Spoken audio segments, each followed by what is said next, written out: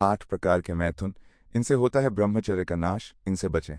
ब्रह्मचर्य के बिना कोई भी व्यक्ति जीवन में आगे नहीं बढ़ सकता, चाहे वो गृहस्थ हो, वानप्रस्थ हो या सन्यासी। सबके लिए ब्रह्मचर्य अत्यंत आवश्यक है।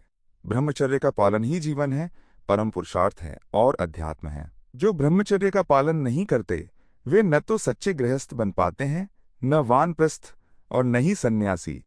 यहाँ तक कि लौकिक शिक्षा या लौकिक उन्नति के लिए भी ब्रह्मचर्य अत्यंत आवश्यक है। जब तक भोग बुद्धि हमारे हृदय में बनी रहती है, तब तक न लौकिक उन्नति संभव है न पारलौकिक। आज की बड़ी दुर्दशा यह है कि ब्रह्मचर्य का उपहास करके उसका नाश किया जा रहा है।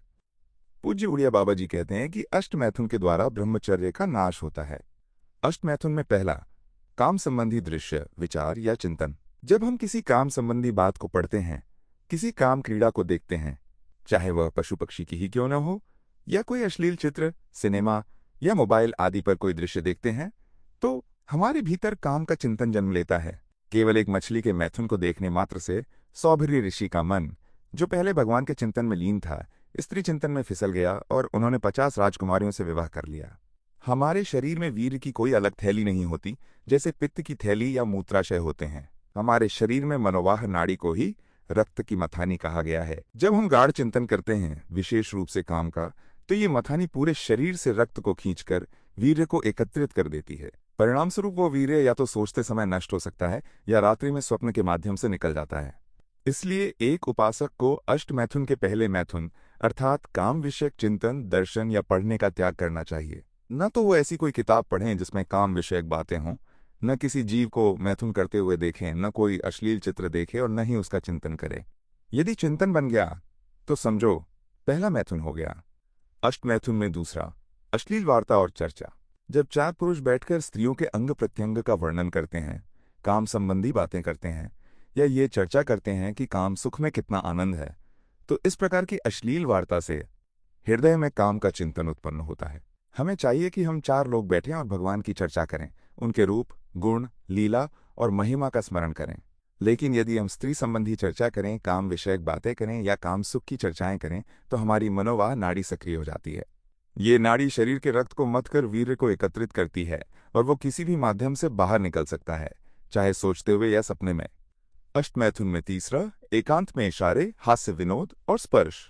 जब कोई व्यक्ति एकांत में किसी के साथ इशारे करता है, हंसी मजाक करता है, उन्हें काम भाव से स्पर्श करता है या उनके पास बैठकर काम का चिंतन करता है, तो मन में वही विकार उत्पन्न होता है और अंततः वही दुर्दशा होती है जो पहले कही गई। कभी भी, कहीं भी, किसी भी प्रकार से ब्रह्मचर्य का साधन करने वाले को स्त्रियों के साथ एकांत सेवन नहीं करना चाहिए। ये सारी बातें महिलाओं पर भी लागू होती हैं।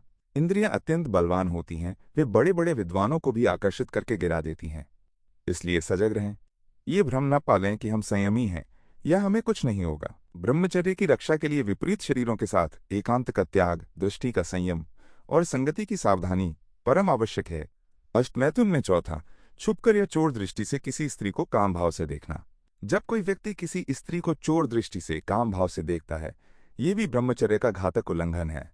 चोर दृष्टि का अर्थ है वो स्त्री ना देख रही हो, लेकिन व्यक्ति चोरी से, गुप्त रूप से, एकाग्र होकर उसे काम दृष्टि से देख रहा हो। ये व्यवहार भी उसी प्रकार का पतन है जैसा कि पहले 3 प्रकारों में बताया गया है। अष्टमैथुन में पांचवां, स्त्रियों की मुस्कुराहट, उनके हाव भाव, कटाक्ष और उनसे काम संबंधी वार्ता। अष्टमैथुन का 5वां प्रकार है किसी के साथ काम भावना से मुस्कुराना, हाव भाव दिखाना, कटाक्ष करना या काम से जुड़ी वार्ता करना। ये दिखने में साधारण प्रतीत होता है, कभी मुस्कुरा दिया, कभी आंखों से इशारा कर दिया, कभी कोई हल्का फुल्का काम भाव से मजाक या वार्ता कर ली, लेकिन ये सब काम का बीज बन जाता है।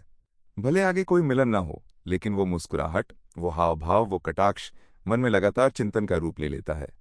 अष्टमैथुन में 6वां, शरीर का श्रृंगार करना। जब हम अपने शरीर को सजाते हैं तो हमारे भीतर रजोगुण जागृत होता है और रजोगुण से ही काम का जन्म होता है। ब्रह्मचारी को शरीर की सजावट नहीं करनी चाहिए। श्रृंगार का उद्देश्य प्रभु की सेवा होना चाहिए, न कि स्वयं को आकर्षक दिखाना। स्नान केवल शुद्धता और दिनचर्या के लिए होना चाहिए।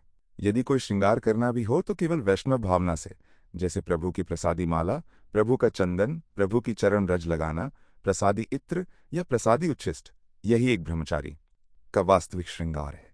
अगर श्रृंगार इसलिए किया जा रहा है कि हम अच्छे लगें, तो वो अहंकार और काम भाव को पोषण देता है। इसलिए ब्रह्मचर्य धारण करने वाले को चाहिए कि वह बाहरी श्रृंगार से बचे। क्रीम, सुगंधित पदार्थ, आकर्षक वस्त्र आदि केवल देह अभिमान को बढ़ाते हैं और अंततः पतन का कारण बनते हैं।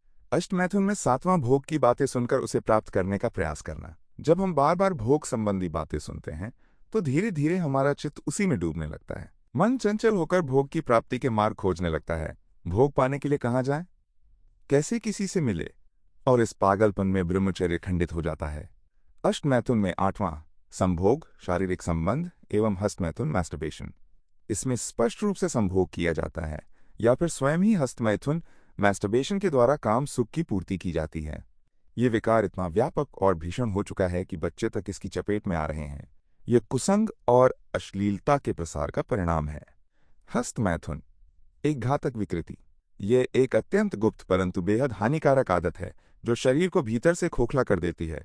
जिस प्रकार लकड़ी में घुन लग जाए और वह केवल ऊपर से ही ठोस दिखे, वैसे ही ये क्रिया व्यक्ति को अंदर से नष्ट कर देती है। दुर्भाग्य की बात यह है कि आज कुछ डॉक्टर तक इसे सामान्य बता देते हैं। ये बुद्धि का भ्रम और समाज का पतन है। अस्थायी सुख की अनुभूति में बच्चे, युवा इस भ्रमजाल में फंस जाते हैं और अंततः अपने जीवन की शक्ति, तेज, मानसिक स्थिरता और आत्मबल को खो बैठते हैं। अष्टमैथुन और हस्तमैथुन सभी सद्गुणों का नाश करके नरक की ओर ले जाते हैं।